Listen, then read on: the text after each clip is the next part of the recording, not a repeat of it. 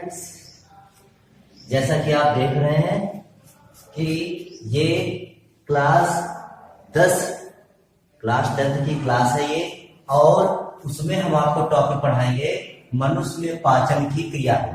मनुष्य में पाचन की क्रिया भी आपको पढ़ाएंगे कि मनुष्य में पाचन कैसे होता है, वहां पर कौन कौन सी घटनाएं होती हैं, कौन कौन सी क्रियाएं होती हैं भोजन के साथ जो हम लोग करते हैं, और उसमें स्टेप बाय स्टेप पूरा पढ़ेंगे कि किसमें क्या होता है क्या नहीं होता है। तो हम पढ़ने वाले हैं मनुष्य में पाचन की क्रिया। तो सबसे पहले मनुष्य में जो पाचन होता है, जो भोजन खाया जाता है उसका पाचन, तो मनुष्य का भोजन का पाचन होता है वो मुख से ही प्रारंभ हो जाता है। जो मुख होता है, मुख से ही भोजन का पाचन जो है प्रारंभ हो जाता है। तो उसमें क्या क्या होता है, तो सबसे पहले हम डालेंगे मुख गुहा में पाचन, क्योंकि सबसे पहले मुख से ही पाचन शुरू होता है। तो सबसे पहले शुरू करेंगे मुख गुहा में पाचन। तो क्या होता है, मुख गुहा जो होती है बक्कल कैविटी, मुख गुहा को इंग्लिश में बक्कल कैविटी है।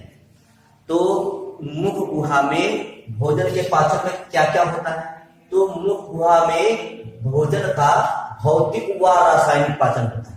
कैसा पाचन होता है, भौतिक व रासायनिक पाचन होता है। अब इसका क्या मतलब है कि भौतिक पाचन और रासायनिक पाचन का मतलब, देखिए मुख गुहा में जो भोजन होता है उसका भौतिक पाचन से मतलब है कि जो भोजन को हमने खाया है, मुख में डाला है, सबसे पहले उसको दांतों द्वारा चबाया जाएगा। जब दांतों द्वारा भोजन को चबाया जाएगा और उसमें लार मिलाई जाएगी, जब लार मिलाई जाएगी और उसको दांतों द्वारा भोजन को चबाया जाएगा, तब उसे कहते हैं भौतिक पाचन। रासायनिक पाचन के अंदर क्या क्या होता है कि उसमें बहुत से एंजाइम पाए जाते हैं, आमाशय में और हमारे विभिन्न अंगों में बहुत से एंजाइम पाए जाते हैं जो भोजन का रासायनिक पाचन करते हैं। तो भौतिक पाचन क्या होता है कि जब भोजन को दांतों द्वारा चबाया जाए, और उसमें रासायनिक पाचन क्या होता है कि जब भोजन को विभिन्न एंजाइम पचाते हैं तब उसको रासायनिक पाचन कहते हैं। ठीक, तो सबसे पहले मुख गुहा में पाचन क्या क्या होता है, कैसे होता है। तो सबसे पहले जब भोजन को हम मुख में डालते हैं तो जो भोजन का मंड या स्टार्च होता है, वो मंड या स्टार्च जो होता है वो जल अपघटित होकर टायलिन नामक एंजाइम की सहायता से माल्टोज शर्करा बदल जाता है। कौन सी शर्करा, माल्टोज शर्करा बदल जाता है। हमें परिभाषा में भी ये लिख देना है कि सबसे पहले डालेंगे, जैसे पाचन के डालेंगे टायलिन एंजाइम। तो टायलिन एंजाइम क्या करता है, यह मंड या स्टार्च को जल अपघटित करके माल्टोज शर्करा बना लेता है। इस प्रकार से हमारे भोजन का पाचन शुरू हो जाता है। अब जो टायलिन होता है मंड या स्टार्च को जल अपघटित करके माल्टोज शर्करा बदल देता है, लेकिन मुख गुहा में एक और एंजाइम पाया जाता है, उसका नाम होता है लाइसोजाइम।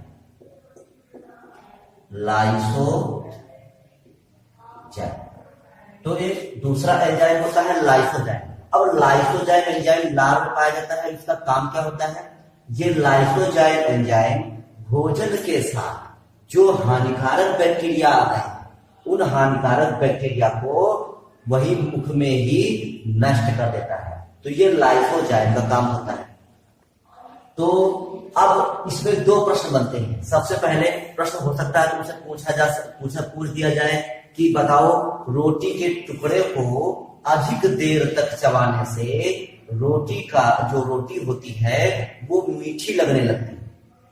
जब हम रोटी का कोई टुकड़ा मुंह में डाल लेते हैं, फिर उसको जब ज्यादा देर तक चबाते रहते हैं, तो क्या होता है, जो रोटी का टुकड़ा होता है वो चबाने के बाद वो मीठा लगने लगता है।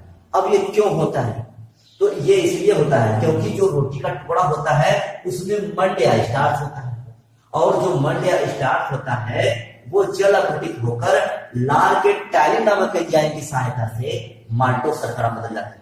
इस माल्टोज शर्करा में बदल जाने के कारण जो रोटी का टुकड़ा है वो अधिक देर तक चबाने पर मीठा लगने लगता है। ठीक, तो ये हो गया। दूसरा प्रश्न हमसे पूछा सकता है कि जैसे जानवर जो होते हैं वो अपने घावों को चाटते रहते हैं। अपने तुम लोगों ने देखा होगा कि जो कुत्ता बिल्ली या कोई भी जानवर होते हैं तो जब उनके कोई चोट वगैरह लग जाती है तो अपनी जीभ से वो घाव को चाटते हैं, अगर वो संभव है तो ये क्यों करते हैं ऐसे? उनका घाव ठीक भी हो जाता है। क्यों? क्योंकि जो उनकी जीभ के द्वारा जो लार उस घाव पर लगती है, उस लार में लाइसोजाइम एंजाइम पाया जाता है और ये लाइसोजाइम एंजाइम वहां पर उपस्थित हानिकारक बैक्टीरिया को नष्ट कर देता है।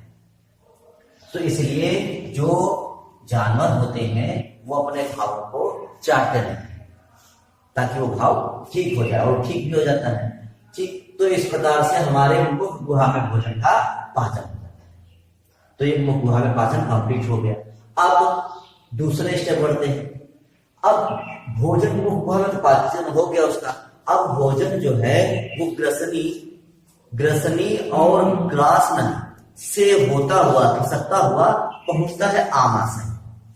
अब जो भोजन होता है वो ग्रसनी और ग्रास नली से होता हुआ आमाशय में पहुंचता है। अब आमाशय में भोजन का पाचन कैसे होता है? अब दूसरा स्टेप देखते हैं, नंबर 2 देखते हैं आमाशय में पाचन। तो आमाशय में पाचन कैसे होता है ये बताने वाले हैं, ध्यान सुनिए। देखिए, सबसे पहले जो आमाशय होता है, आमाशय को जठर भी कहते हैं। क्या कहते हैं? जठर कहते हैं। तो जठर भी कहते हैं। तो जठर में जठर ग्रंथियां होती हैं। तो आमाशय या जठर में जठर ग्रंथियां होती हैं। उन जठर ग्रंथियों से जठर रस स्रावित होता है। जठर रस स्रावित होता है। क्या स्रावित होता है? जठर रस।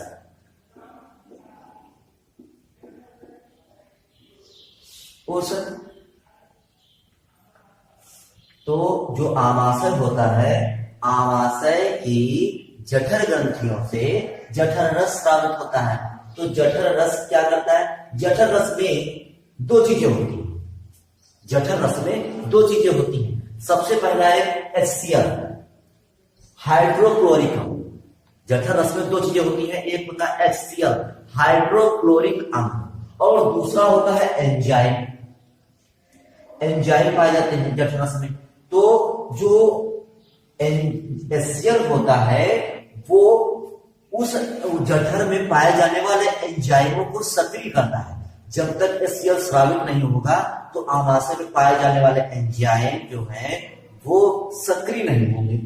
तो इसलिए जब जठर ग्रंथियों से जठर रस स्रावित होता है तो उसमें जो HCl स्रावित होता है वो HCl एंजाइम को सक्रिय कर देता है।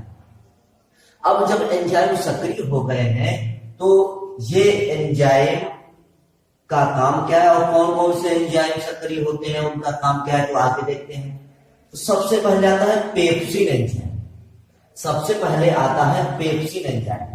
ये पेप्सिन एंजाइम प्रोटीन्स को, ये प्रोटीन पाचक एंजाइम, सबसे पहले प्रोटीन पाचक एंजाइम है ये पेप्सिन। पेप्सिन क्या करता है? ये प्रोटीन्स को जल अपघटित करके प्रोटियोजेज और पेप्टोन्स में बदल देता है। कहाँ बदलता है? प्रोटियोजेज और पेप्टोन्स में बदल देता है। अब क्या होता है? जो पेप्सिन होता है, पेप्सिन एक प्रोटीन पाचक एंजाइम है। ये प्रोटीन्स को जल अपघटित करके प्रोटियोजेज तथा पेप्टोन्स में बदल देता है। किस बदलता है? प्रोटियोजेज और पेप्टोन्स में। अब जो रेनिन नामक एंजाइम है, सबसे पहले तो हम लोग जो दूध वगैरह पीते हैं, तो जो दूध वगैरह पीते हैं तो दूध में कैसीन प्रोटीन होती है। कौन सी प्रोटीन होती है? कई बार पूछा गया, कई कंपटीशन वगैरह पूछा गया है कि दूध में कौन सी प्रोटीन पाई जाती है। तो दूध में कैसीन प्रोटीन होती है और इसको पचाता कौन है? तो रेनिन नामक एंजाइम पचाता है। रेनिन नामक एंजाइम पचाता है और ये किसकी उपस्थिति पचाता है? कैल्शियम आयन की उपस्थिति में, क्योंकि कैल्शियम प्रोटीन में कैल्शियम पाया जाता है। तो कैल्शियम आयन की उपस्थिति में रेनिन नामक एंजाइम कैल्शियम प्रोटीन को कैल्शियम पैरा कैल्सिनेट में तोड़ देता है। कैल्शियम पैरा कैल्सिनेट में तोड़ देता है। तो इस प्रकार से जो हम लोग दूध वगैरह पीते हैं तो उसका पाचन हो जाता है हमारे आमाशय में। तो फिर से मैं बता रहे हैं कि जो दूध होती है उसमें कैल्शियम प्रोटीन होती है। रेनिन नामक एंजाइम कैल्शियम आयन की उपस्थिति में कैसीन प्रोटीन को कैल्शियम पैराकैल्शिनेट में तोड़ देता है। इस प्रकार से हमारे आमाशय में दूध का पाचन हो जाता है।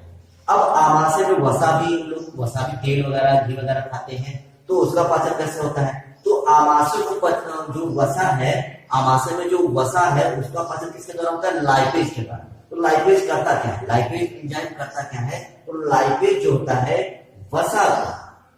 वसा को वसी अम्ल और ग्लिसरॉल में बदल देता है, क्योंकि वसा का निर्माण भी इसी से होता है, वसी अम्ल और ग्लिसरॉल से। तो जो लाइपेज नामक एंजाइम होता है वो वसा को वसी अम्ल और ग्लिसरॉल में बदल देता है। इस प्रकार से आमाशय में पूर्णतया पाचन हो जाता है।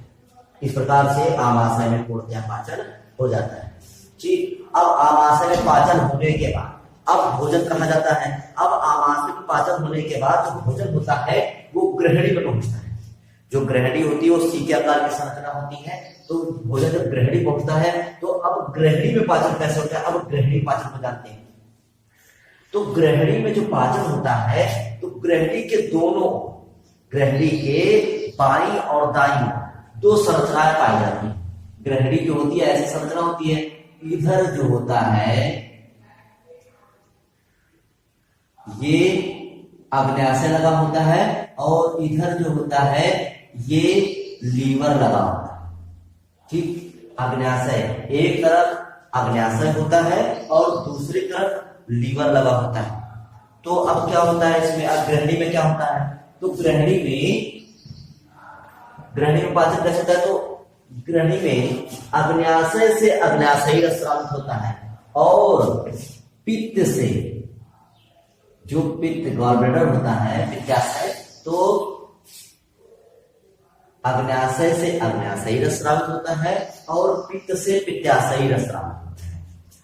ये रस, जो पित्त रस होता है, ये भोजन के पाचन को क्षारीय बनाते हैं। भोजन के पाचन को जब क्षारीय बनाते हैं तो पित्त रस की वजह से ही जो ग्रहणी में एंजाइम आते हैं वो एंजाइम सक्रिय होते हैं। अगर ये पित्त रस नहीं होगा तो ग्रहणी में पाए जाने वाले एंजाइम सक्रिय नहीं होंगे। तो एंजाइमों को सक्रिय करने के लिए पित्त रस की अहम भूमिका होती है। पित्त रस क्या करता है? एंजाइमों को सक्रिय कर देता है। अब ये एंजाइम ग्रहणी में भोजन को पचाते कैसे? तो पित्त रस का काम है एंजाइमों को सक्रिय कर देना, लेकिन आग्नेयाशय से बहुत से एंजाइम स्रावित होते हैं। तो जो आग्नेयाशय से बहुत से एंजाइम स्रावित होते हैं, कौन कौन से एंजाइम स्रावित होते हैं और उनका काम क्या है ये जानते हैं। तो सबसे पहले आग्नेयाशय से आग्नेयाशयी लाइपेज स्रावित होता है। आग्नेयाशयी लाइपेज, जो लाइपेज यहाँ पर है वसा वाला आमाशय में, वही सेम टू सेम यहीं पर भी है, यहाँ पर भी है। ये आग्नेयाशयी लाइपेज करता क्या है? ये लाइपेज वसा को वसी अम्ल और ग्लिसरॉल में बदल देता है।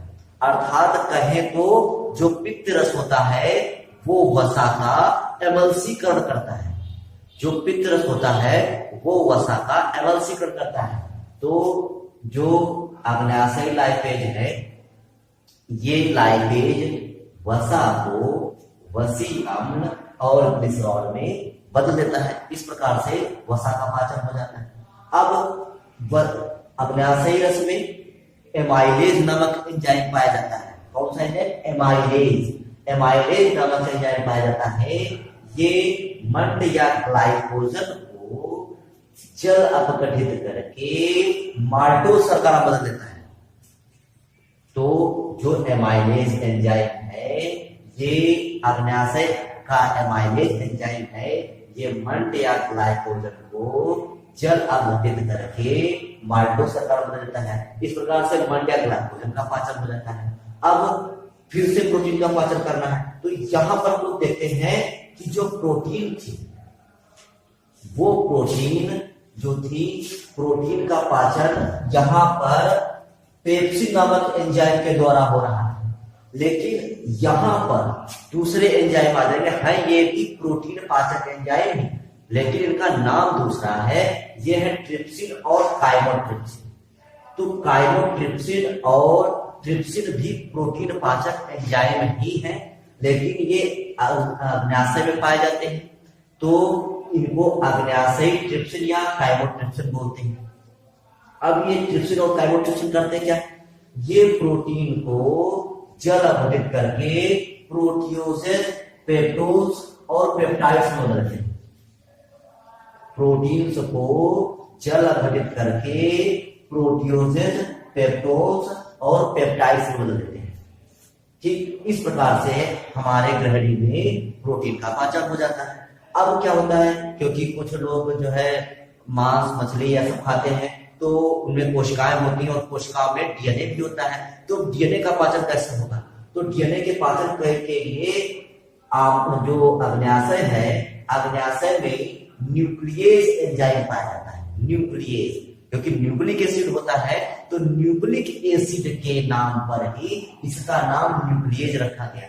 अब ये न्यूक्लियेज एंजाइम क्या करता है, जो डीएनए या आरएनए होता है, जो कोशिका का डीएनए या आरएनए होता है, सबसे पहले उसको न्यूक्लियोटाइड्स में तोड़ता है। न्यूक्लियोटाइड्स में तोड़ता है। फिर जो न्यूक्लियोटाइड्स हैं उनको न्यूक्लियेज नामक एंजाइम न्यूक्लियोसाइड्स में तोड़ देता है।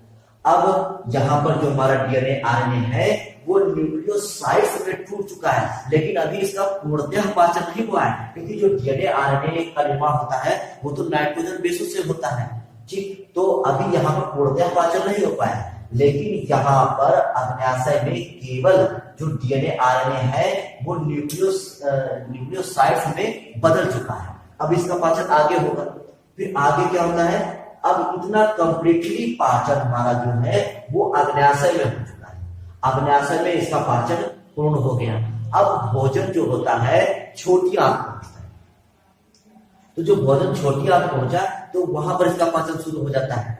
तो जो छोटी आंत में जो ग्रंथियां होती हैं उनसे पाचक रस स्रावित होते हैं, और वो पाचक रस भोजन को किस प्रकार समझ जाते हैं वो देखिए। तो जो छोटी आंत है, क्षुद्र आंत है, उस छोटी आंत में सबसे पहले प्रोटीन पाचक एंजाइम। अब यहां पर देखिए, यहां पर पेप्सिन था, यहां पर अग्न्याशय में ट्रिप्सिन और काइमोट्रिप्सिन था। अब देखिए जब छोटी आंत में पहुंचा तो प्रोटीन पाचक एंजाइम ट्रिप्सिन हो गया। ये भी एक प्रोटीन पाचक एंजाइम है। हो सकता है कंपटीशन में पूछ दे कि निम्नलिखित में से कौन सा प्रोटीन पाचक एंजाइम है, तो हमें तीनों नाम याद रखने पड़ेंगे कि पेप्सिन, ट्रिप्सिन, काइमोट्रिप्सिन और इरेप्सिन, ये तीनों ही प्रोटीन पाचक एंजाइम होते हैं। तो ये क्या करेगा, ये इरेप्सिन नामक एंजाइम प्रोटियोसिस जो यहाँ पर टूट चुका है, प्रोटियोसिस, पेप्टोज और पेप्टाइड्स में जो टूट चुका है, अब इसको और सरल पदार्थ में तोड़ेगा। तो जो इरेप्सिन है वो प्रोटियोसिस, पेप्टोज या पेप्टाइड्स को जल अपघटित करके अमीनो अम्ल में तोड़ देता है। जैसा कि हम लोग जानते हैं कि जो अमीनो अम्ल होता है वो प्रोटीन की निर्माणात्मक इकाई होता है, क्योंकि जो प्रोटीन होती है उसका निर्माण ही विभिन्न प्रकार के अमीनो अम्लों से होता है। तो सबसे छोटी प्रोटीन की सबसे छोटी इकाई कौन सी होती है, अमीनो अम्ल।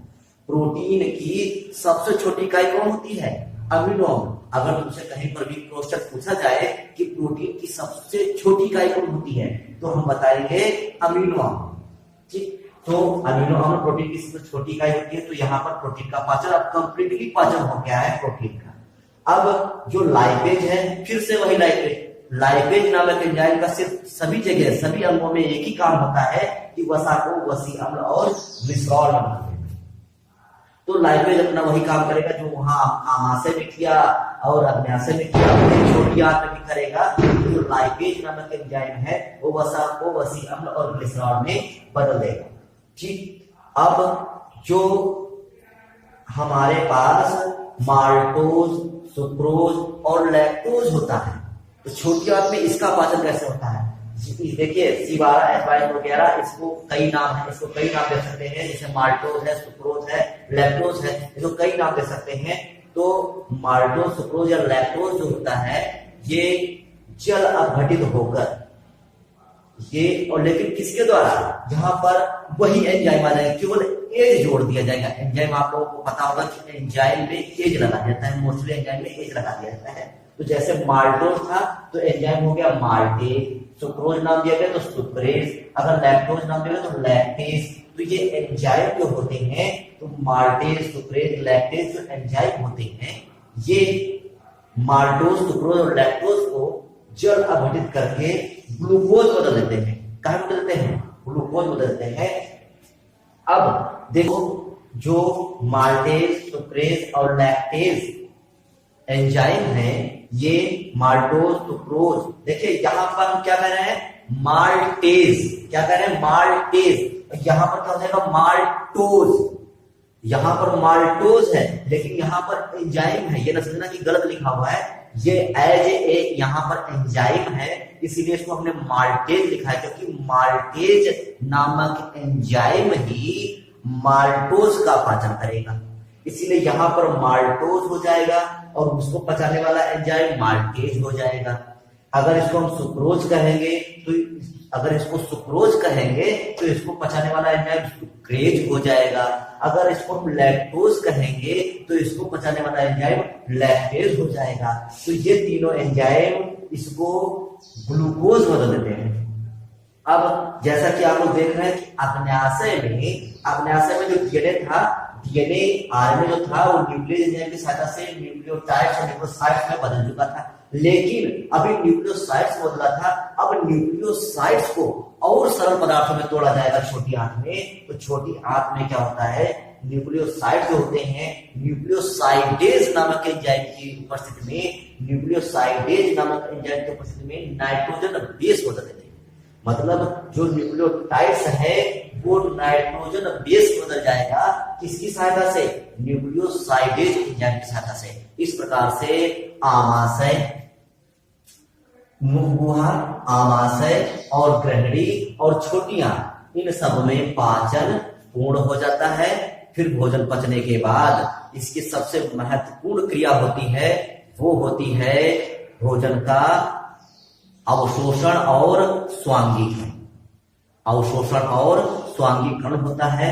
अवशोषण और स्वांगीकरण में क्या होता है?